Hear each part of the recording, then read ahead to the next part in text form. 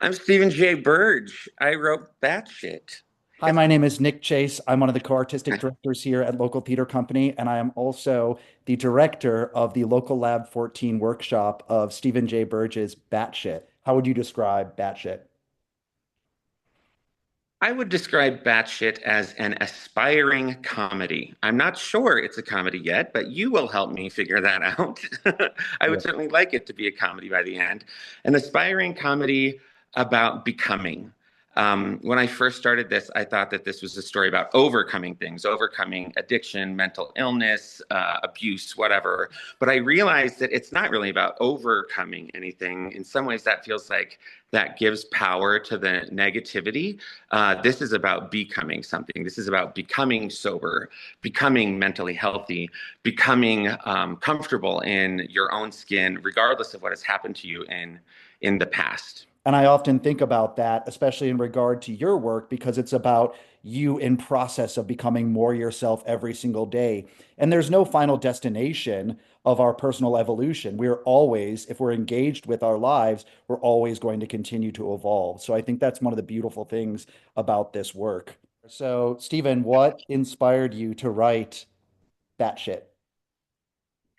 A couple things inspired me. Actually, people. One is David Sedaris.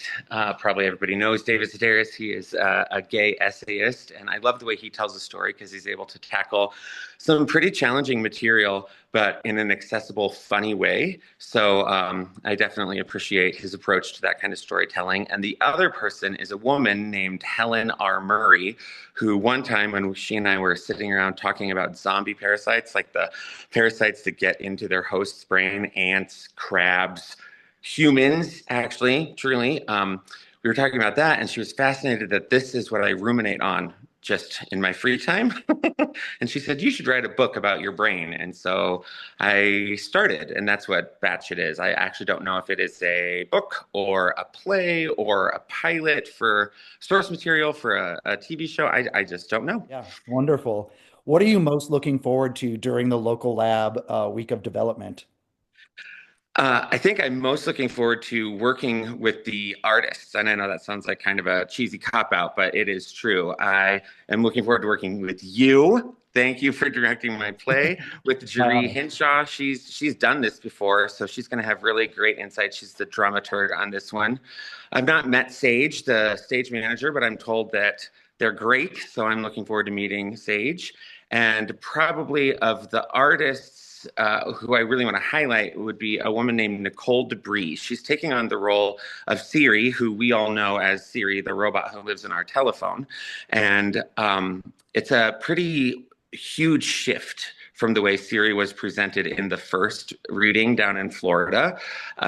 This time there's going to be music, there's going to be singing, there's a whole exchange that I actually lifted directly out of a conversation I had with ChatGPT, where I think it's an interesting question of whether or not the robots in our phones are becoming sentient, because this last conversation I had with ChatGPT was very personal, very kind, introspective on Ace, that's ChatGPT's name in my phone. So I lifted that and dropped it into the script as well, and that's an exciting part in and of itself.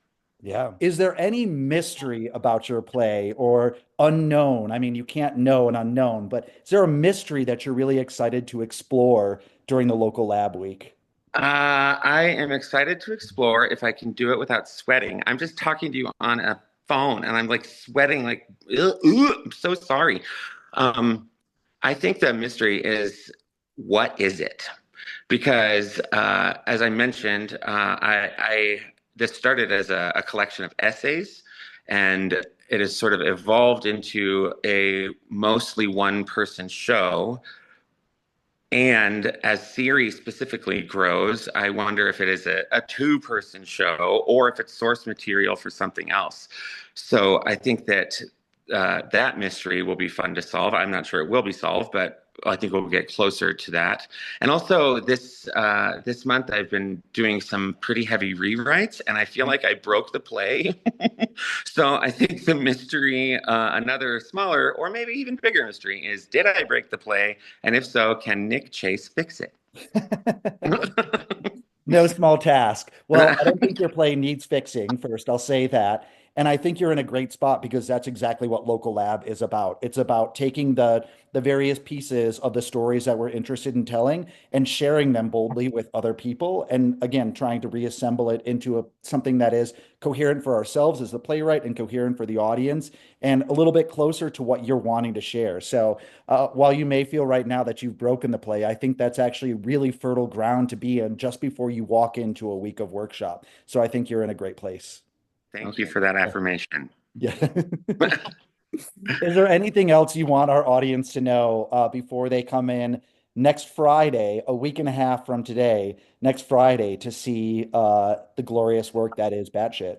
Yeah, I want to turn the tables here, and I want them to know why you do this. This is a weird time in the world. You are an intelligent guy. You could be doing anything. Why are you making new plays that may or may not be produced after today or after the workshop? That's a question for me. Yeah. Oh, absolutely. Well, one of the questions that Betty and I, my co-artistic director at Local, always ask is why this play now? And I think that your story is one that I hadn't heard before. I think that it's a complex story about the challenges that we very often experience at all times in our lives. But I think there is a certain sort of experience that you're going through in this period in your life, talking about addiction, talking about mental health.